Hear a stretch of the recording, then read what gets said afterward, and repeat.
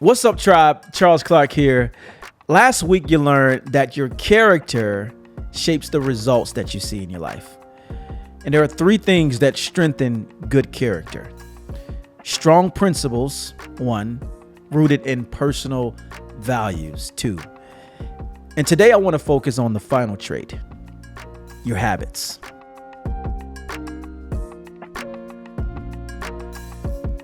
Now, why are habits so important? Because everything that you desire to have in your life, it trickles down to the habits that you practice. Your lifestyle that you have today is the result of your habits. You can't renew your mind without daily intention. You can't get better at a skill without repetition. You can't build discipline without consistency. Essentially, if you say you want the dreams that you desire to accomplish in your life, God is like, show me. Show me you're not out talk. Show me that this is not going to be like last time. Show me through your habits. If you want your mind to believe that your goals are in reach and are possible, well, you got to train your brain to stay consistent with the right habits. You know, I remember this song growing up. I was this young kid, and it said, if you love me, say it. If you trust me, do it. If you want me, show me. If you need me, prove it. Hey, the proof is in the pudding. And the Bible doesn't lie. Faith without works is dead. So not only is it our expectation to believe, but it's our expectation to exhibit those beliefs. There are a couple things that I want to cover in today's conversation that I truly believe will impact your life in a major way. First, I'm going to share with you the science behind why we often fall out of alignment with what we say we want and what we actually do. Then I want to share the habits that you should immediately eliminate in your life. And also I want to share the importance of discipline, why it's important for you to practice it. And in the next episode, I'm going to share with you the 5 ways to create habits that transform your life. But before we do that, I want to put ourselves in the right mindset to receive this information today through a couple of affirmations. Now, if you've ever been to my Thrive experiences, you know that affirmations are what we start with, but they're transformational in the way you think. Words are not just words, but it's a manifestation for how you live your life. I always say, be careful what you say to yourself, but also be intentional. If you struggle with procrastination, or maybe you struggle with sticking with your goals, or maybe you want to elevate this year to your higher self, these affirmations will reinforce the right thinking, will put you in the right frequency to be mentally and emotionally aligned with your goals. So I want you to repeat these affirmations with me.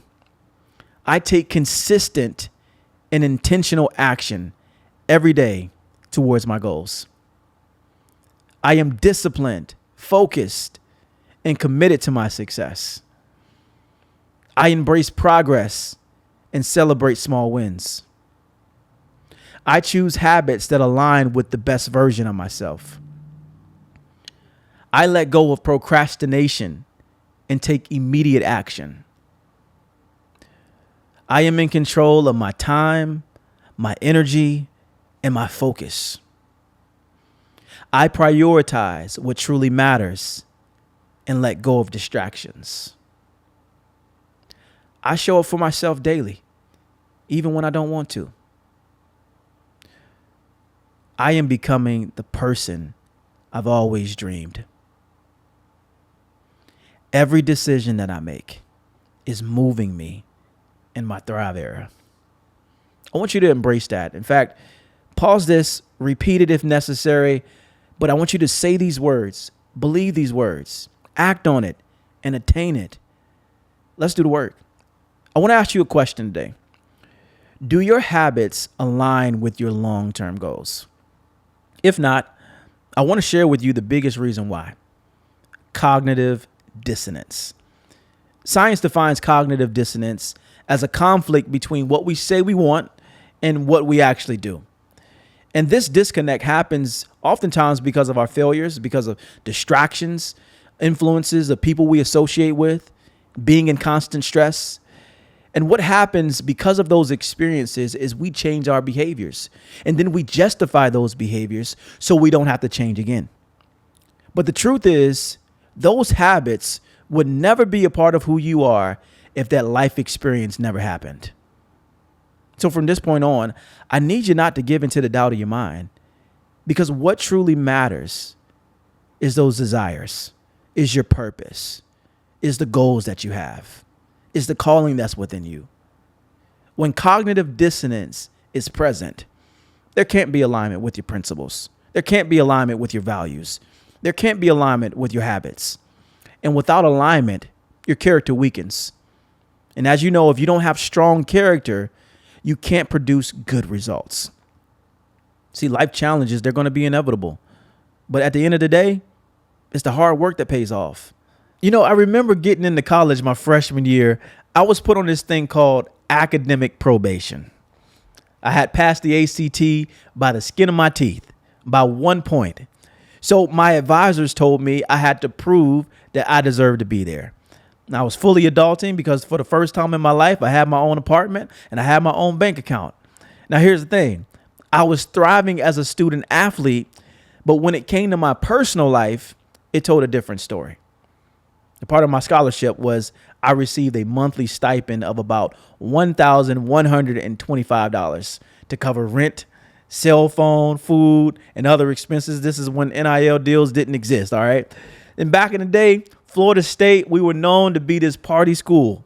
There was always something to do, always places to eat.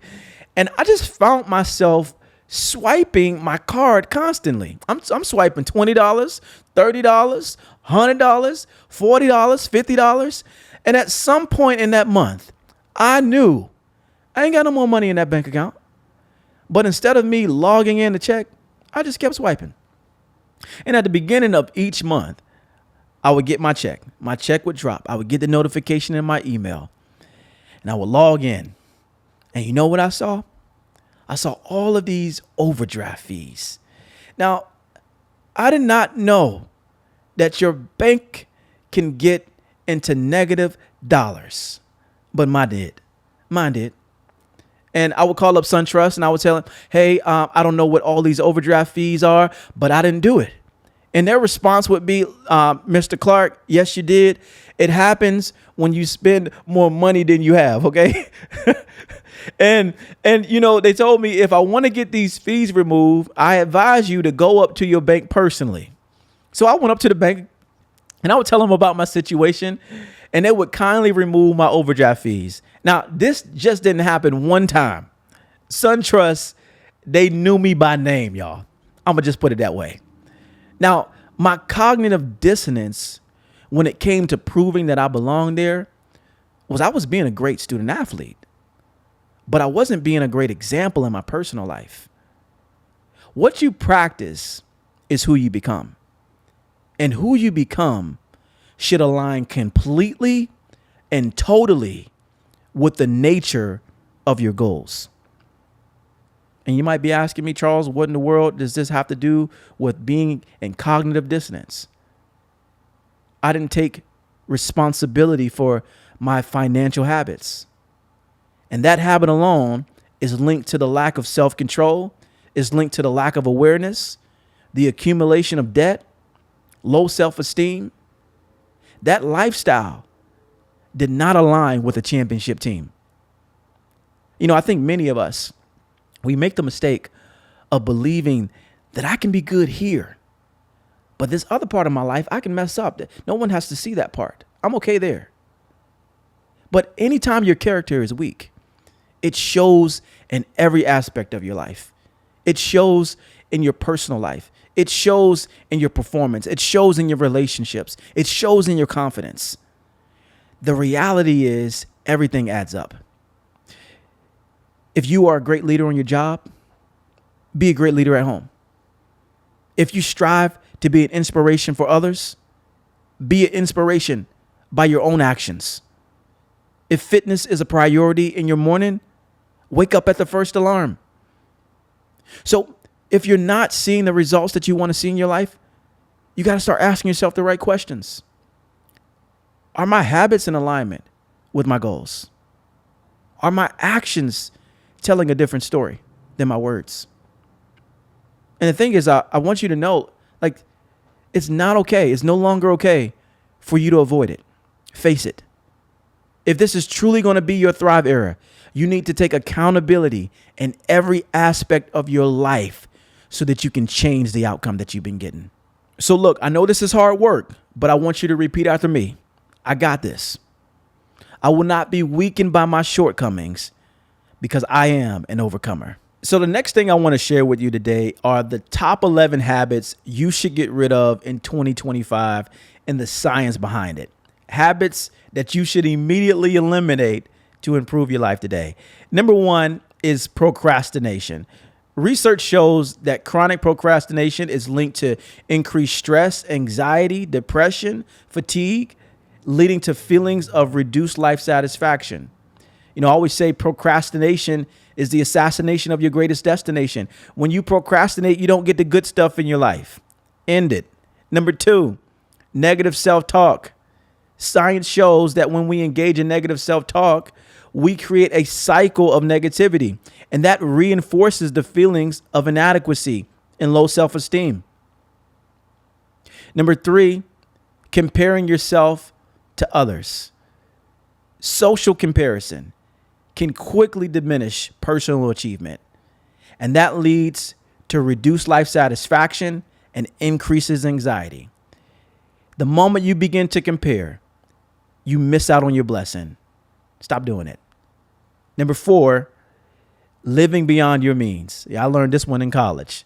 When you overspend, you accumulate debt, and that leads to financial stress. You're not called to be in stress. You're called to be in bliss. You're called to be in blessing. You're called to be in peace.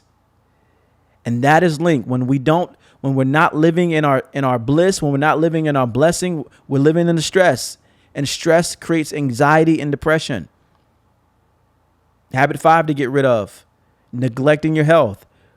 Poor health behaviors such as inadequate sleep, lack of exercise, unhealthy eating, that's linked to increased risk of chronic disease and mental health disorders. Another one is overindulging in technology, social media. Everybody want TikTok back now. But ultimately, when we engage in these things, here's what science shows. Overuse of technology, it can lead to reduced face-to-face interactions. And we know based off of science, when we engage in community, we live longer. And when we don't, when we're losing that face-to-face contact, we're creating feelings of loneliness and depression. Number 7, being chronically late. For my late people out there, here we go. Habitual tardiness is often linked to poor time management and creates missed opportunities. And it increases your stress. When you're always trying to rush to get somewhere, I don't know if you ever get that feeling before. Whenever I'm trying to rush to get somewhere, my nerves are just really bad. Like, it feels like I got to use the bathroom. Okay. I do not like being late. I do not like pushing myself to arrive at a certain time. Get rid of that habit. Get rid of being chronically late. Number 8, blaming others.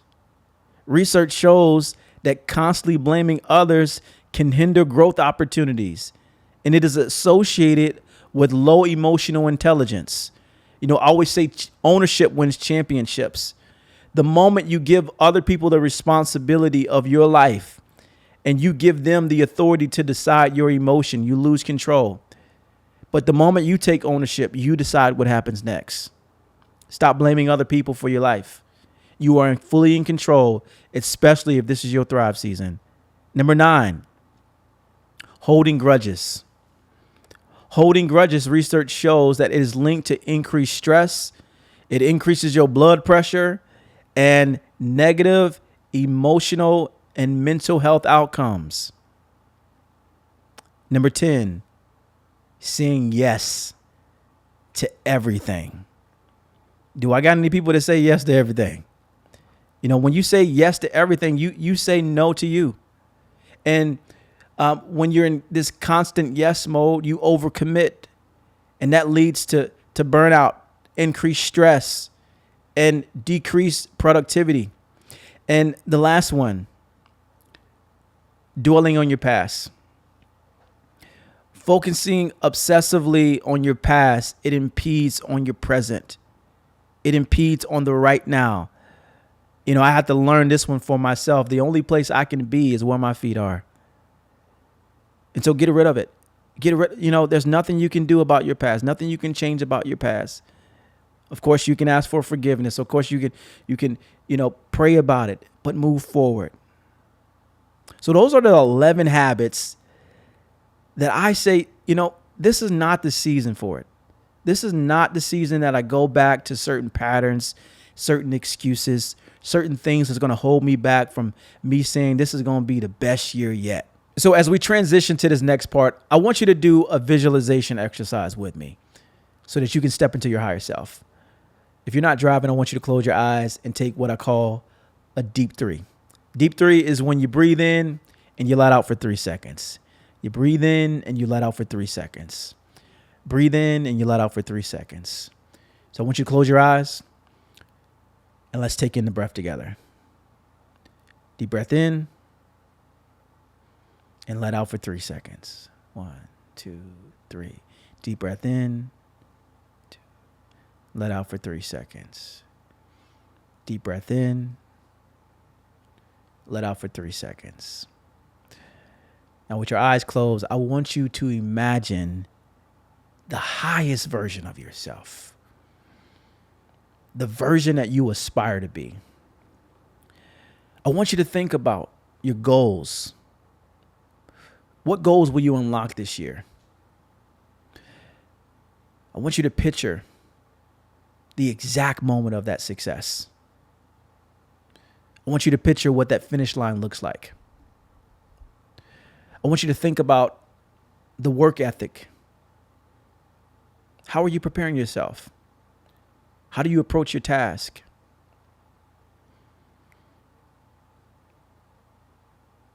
What habits do you have in your life that keep you productive and align with your goals? How are you crushing those habits? I want you to begin to smile as you think about that person you are shaping your life to be. That person that gets the job done. The person that has standards and principles. I want you to think about what that morning routine looks like. Are you waking up early? Are you getting ahead of the day? Are you feeling energized and prepared? Does that morning routine include productivity, prayer, or planning?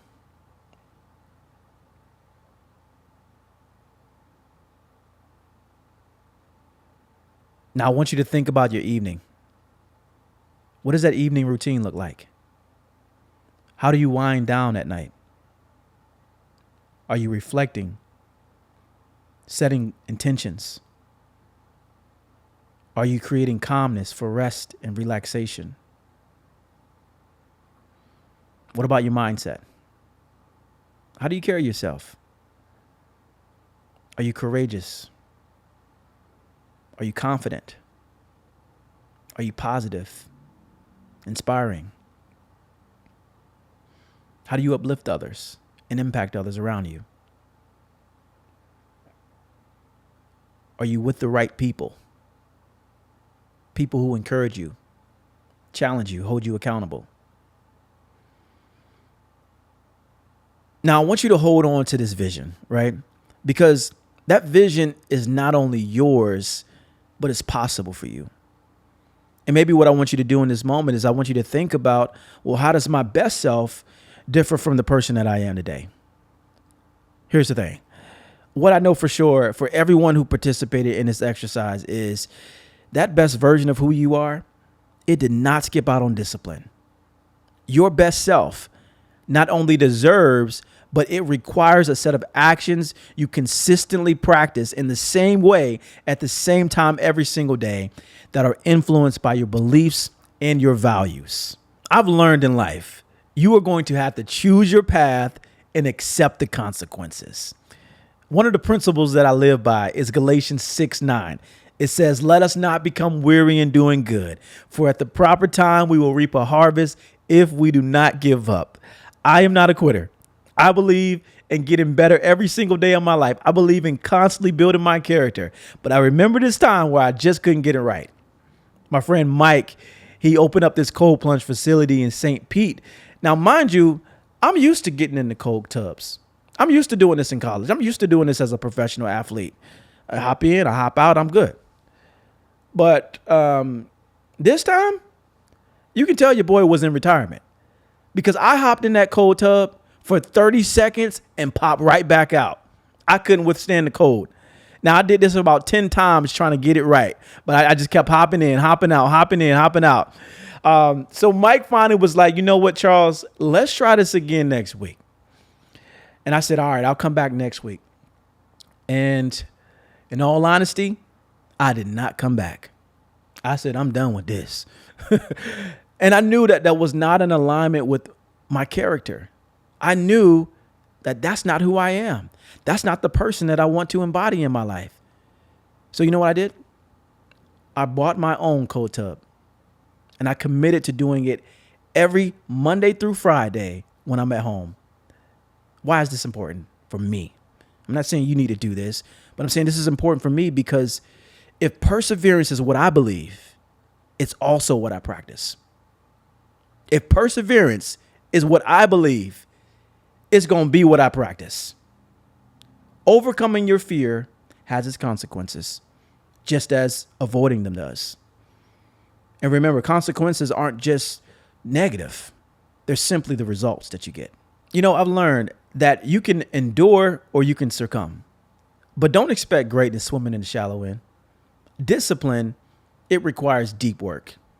You have to say no to temptation, no to skipping the workout, no to hitting the snooze button, no to checking your emails constantly, no to staying up late on the phone, no to staying in unhealthy relationships, no to sex, no to just going with the flow.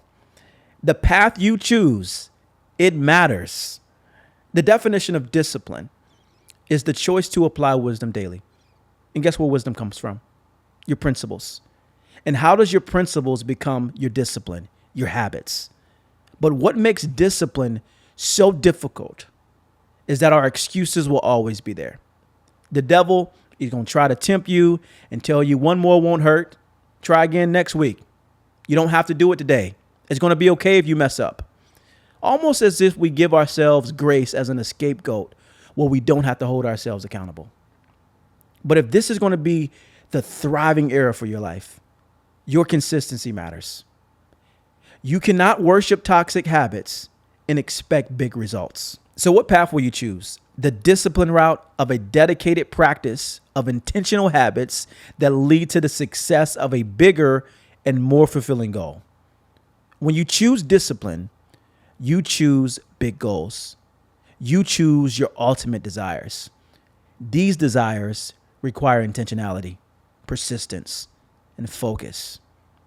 Habits that align with your values and the person you truly want to become. Or the undisciplined route of inconsistent practice, of unintentional actions and habits that derail your progress and lead to unfulfilled goals, stagnation, and setbacks. When you choose the undisciplined route, you settle for the small goals, instant gratification, and quick wins. Remember, both paths, they lead to an outcome, but in the opposite direction. When you choose discipline, your habits drive you towards success, purpose, and fulfillment. And when you choose the undisciplined route, those habits drive you towards mediocrity, regret, and missed opportunities. The choice is yours. So ask yourself, are my habits supporting my goals or am I working against them? Am I choosing the path of discipline or am I letting my comfort and ease dictate my future? Discipline, it isn't just about hard work. It's about aligning your habits with your values and your principles to get predictable results. The thriving thought of the week I want to leave you with today is this. Here's what no one tells you about discipline. There will be moments of hard that makes it easy to give up. Sometimes in our struggle, we feel like it's not worth it. In our darkest times, we convince ourselves that no one cares. In our moments of weakness, we believe that we are unlovable. But when it gets hard, You got to remind yourself just why you started in the first place. If you look deep enough, I'm sure you will find your future looks good on you. But the truth is, it won't happen by luck. It won't happen by favor. And it won't happen by grace. Your future depends on your hard work in the hard. The harvest that you're hoping for, it won't plant itself. It's the results of the seeds that you sow, the habits that you build, the perseverance that you hold on to when life tries to pull you down. But because you're rooted in a firm foundation, you get built up in moments you almost gave up. I'm Charles Clark, and as I always say, make your day as great as you want it to be. But make sure you consider just how precious your life is. You don't have tomorrow. All you got is right now. So don't let the door hit you on the way out. Get up, get happy, get moving, rise and thrive.